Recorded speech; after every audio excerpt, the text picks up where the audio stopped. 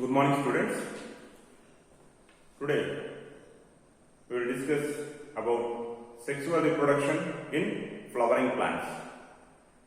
In class 9th, from the chapter Diversity in Living Organisms, we have learned angiosperms are the flowering plants.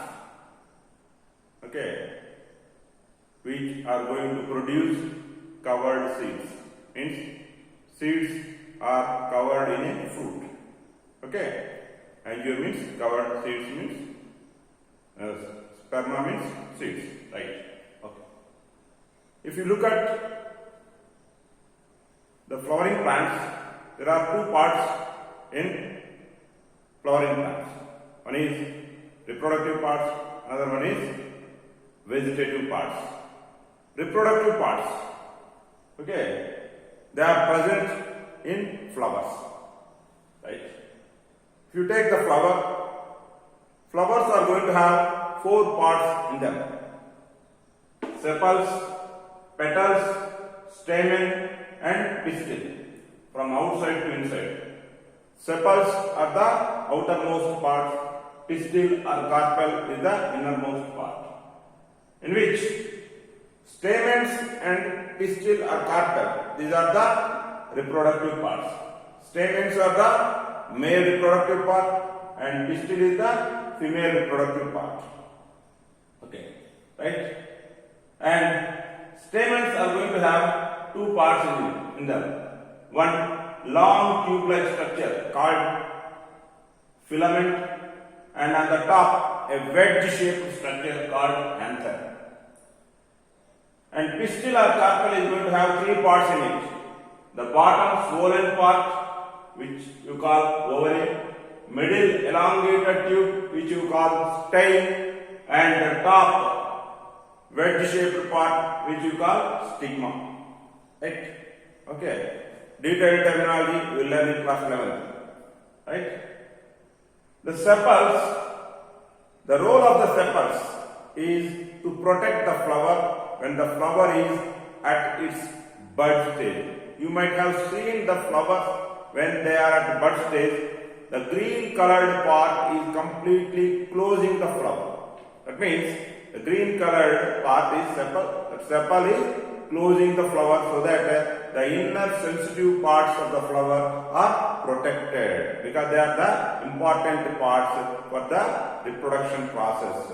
Even the outer sepal, even if it is getting mild damage, also nothing is going to happen, because its role is only to protection. Protective role, whatever the part that it is having, it may get some damage, but the protected part, it is always under protection by these sepals. And coming to petals, petals are the most attractive part of the flower. You might have seen the flowers in different colors, but that color, the different colors are not of the sepal, they are of the petals only. The brightly colored part, and which makes the flower so conspicuous on the plant.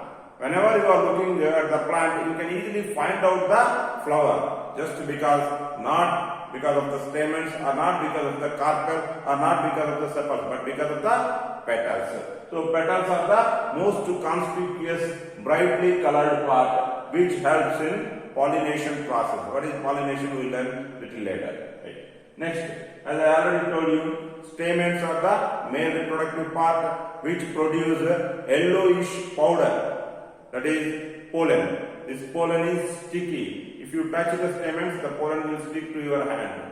If any insect goes and touches the flower, the pollen will stick to the body of the insect. So pollen is sticky. And if you look at the carpel, the carpel is having three parts: bottom swollen part, which is called ovary, and middle elongated tube, which is called style, and the top wedge-shaped part, which is called stigma. Like how pollen is sticky, even stigma also is sticky. Okay, there is some reason for this. Why pollen is sticky and why stigma is sticky, right? If a flower is having all four parts, of course, sepals and petals are present in every flower. In whatever the flower you take, sepals and petals are compulsorily going to be present. one is absent, one is present, like that condition may not be. But if you take the stamens and carpels, in some flowers, stamens may be present, may not be present. In some flowers, carpels may be present, may not be present. If all four parts are present, that means both reproductive parts are present in it. If only three parts are present, that means either stamens or carpel is absent in it. So if all four parts are present, such flowers are called bisexual flower. Bi means two. Both the sexes, both the reproductive organs are present in the flower. Example, hibiscus, mustard. And if the flower is having only three parts, that means either stamens are absent in it or carpels are absent in it, such a flower is called unisexual flower. Only uni means one, right? Unisexual flower. Example, papaya and watermelon, right? Okay. Coming to in the carpel or pistil, three parts are there. I already have told you. Bottom swollen part, ovary, middle elongated part, style, and top wedge-shaped part, pistil. Stigma. The top wedge-shaped part is stigma. So if you take the ovary is the swollen part. Inside the ovary, okay, small granules like structures are present, small balls like structures are present, which are called ovules. Based on the species of the plant, these ovules number may vary from one species of plant to the other species of the plant. Okay, right? And each ovule is going to contain an egg cell in it. Each ovule is going to contain an egg cell in it. Inside the ovary, number of ovules will be vary from species to species. But inside the ovule, in every plant, okay, inside one ovule, only one egg cell is present. Right? If you take the total reproductive process in angiosperms, there are three events that are going to take place. They are pre-fertilization event, fertilization event, and post-fertilization event. What are the three events that take place in the reproduction of the angiosperms? There are three events. They are, number one, pre-fertilization event, that is before fertilization events. Fertilization itself one event, and post-fertilization event. After fertilization, what are the things that are going to take place?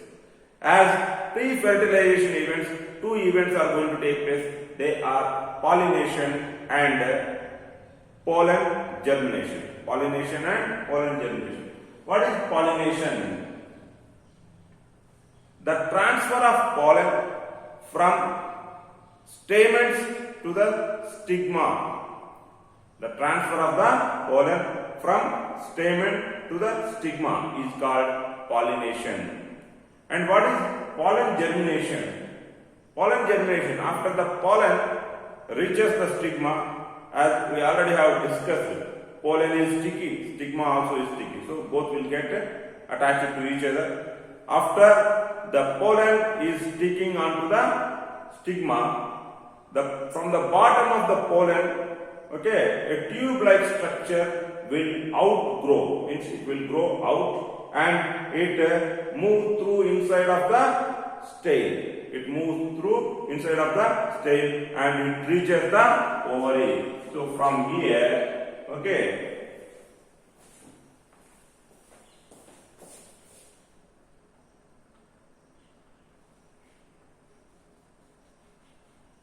if you take this as pollen grain, from the bottom of it a tube will grow and it moves through the stale and finally it reaches the ovary. Okay, that is pollen germination. So why pollen germination takes place?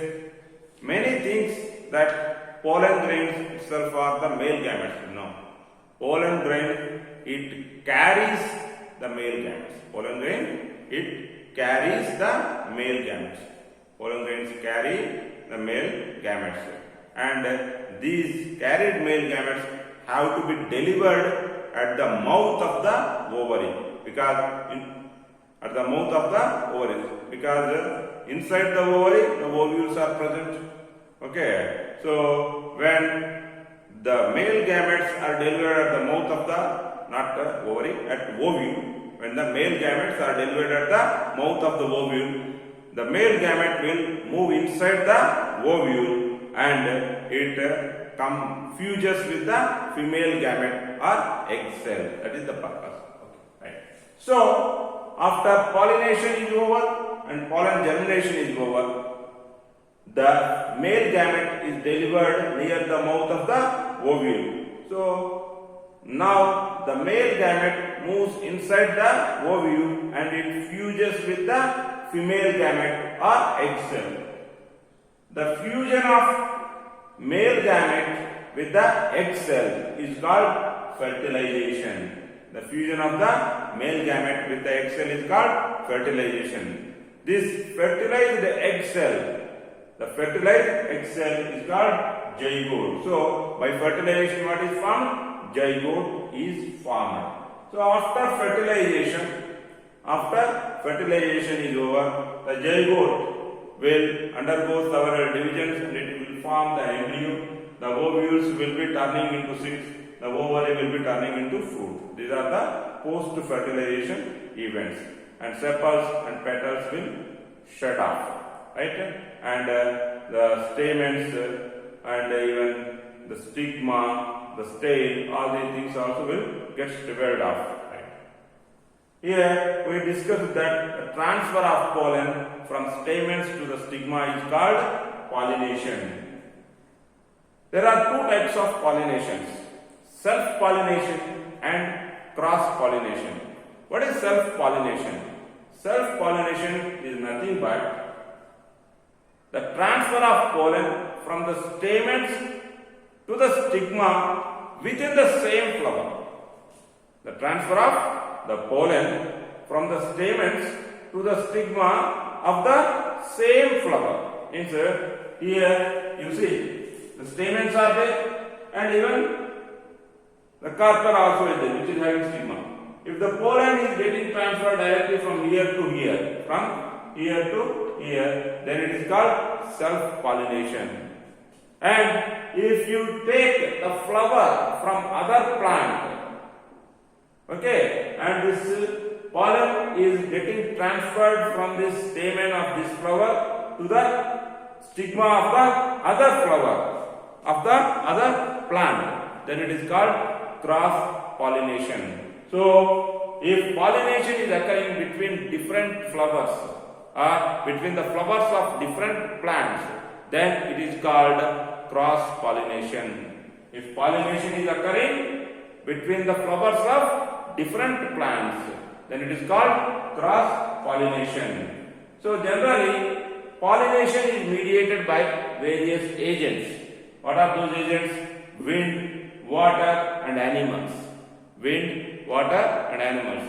Based on the agent, that pollination is referred with a separate name, which you will learn in higher classes, right? Okay. And animals that most frequently mediate the pollination are insects. You might have seen many insects, especially honeybees, visiting the flowers. Because of honeybees, a lot of pollination takes place. That is the reason Einstein has told, if all honeybees are removed from the world is going to come to an end within 4 years. Why? If pollination is not occurring, what is not going to take place? Fertilization is not going to take place. If fertilization is not going to take place, viable seeds are not going to be found. If viable seeds are not going to be found, what will happen? Plants are not going to germinate. Plants are not going to germinate. If plants are not there, what are plants? Plants are the primary living organisms depending on which we all, including human beings, every other particular thing is going to survive. So if plants are not there, how this survival of all the animals is going to take place? It cannot. That's why if all honeybees are removed, the world may come to an end within next 4 years. Okay, that's what It is not told by me, it is told by Einstein. Okay. You all might be knowing who is Einstein. Right. Now coming to in detail after pollination. Pollen germination, I already have told you. Growing of a tube out from pollen grain. Growing of a tube out from pollen grain on the stigma and traveling through the style to reach the ovary. And traveling through the style to reach the ovary is called pollen germination. It was already explained. You all must practice the diagrams of the flower with all 4 parts and pollen germination. Figure 8.8, very important in terms of examination point of view. Right. Post-fertilization event. I already have discussed, once again I am discussing. The zygote, after fertilization, the fertilized egg cell is called what? Zygote. The zygote will undergo several mitotic divisions and it will form the embryo. Ovules, they form tough outer coat, tough skin coat is developed and they form seeds. Ovary, it grows very rapidly and ripens to form a fruit. Ovary, it grows very rapidly and it gets ripened to form a fruit. And sepals, petals, stamens, stigma and stele, they get shriveled off. In some plants, the sepals may be present attached with the fruit even after the fruit is formed. You all might have seen brinjal, tomato, chili, like these plants. In all these plants, the sepals do not get shed off from the fruit. Whereas in many of the other plants, in mango, can you see the sepals? No, you will not see the sepals. In papaya, can you see the sepals? You will not see the sepals. Likewise, in many of the plants, the fruits will not have the sepals. Whereas in some plants, like tomato, brinjal, chili, okay, in such plants, the sepals are present intactly attached to the fruit. Right. Seed, what the seed contains? What does the seed contain? Seed contains the future plant. What is the future plant? Embryo. Embryo is nothing but future plant. This embryo or the future plant, it develops into a seedling under appropriate or suitable conditions. When you just sow the seed, if the land is dry, it will not germinate. Okay, it will not grow into a seedling. If you have sown the seed, okay, in a rock, it will not germinate into a plant. If you sow the seed in soil provided with some water and the soil is not acidic or basic, okay, and it is having sufficient amount of nutrients in it, then from the seed a small plantlet will grow. The small plantlet that grows out of the seed in the soil is called germination. The growing of small plantlet out of the seed, growing of small plantlet or seedling is also called seedling. The growing of small plantlet or seedling out of the seed, okay, is called germination. But when does this germination take place? The germination occurs only at suitable conditions or at appropriate conditions. This is how the sexual reproduction in flowering plants take place. Thank you.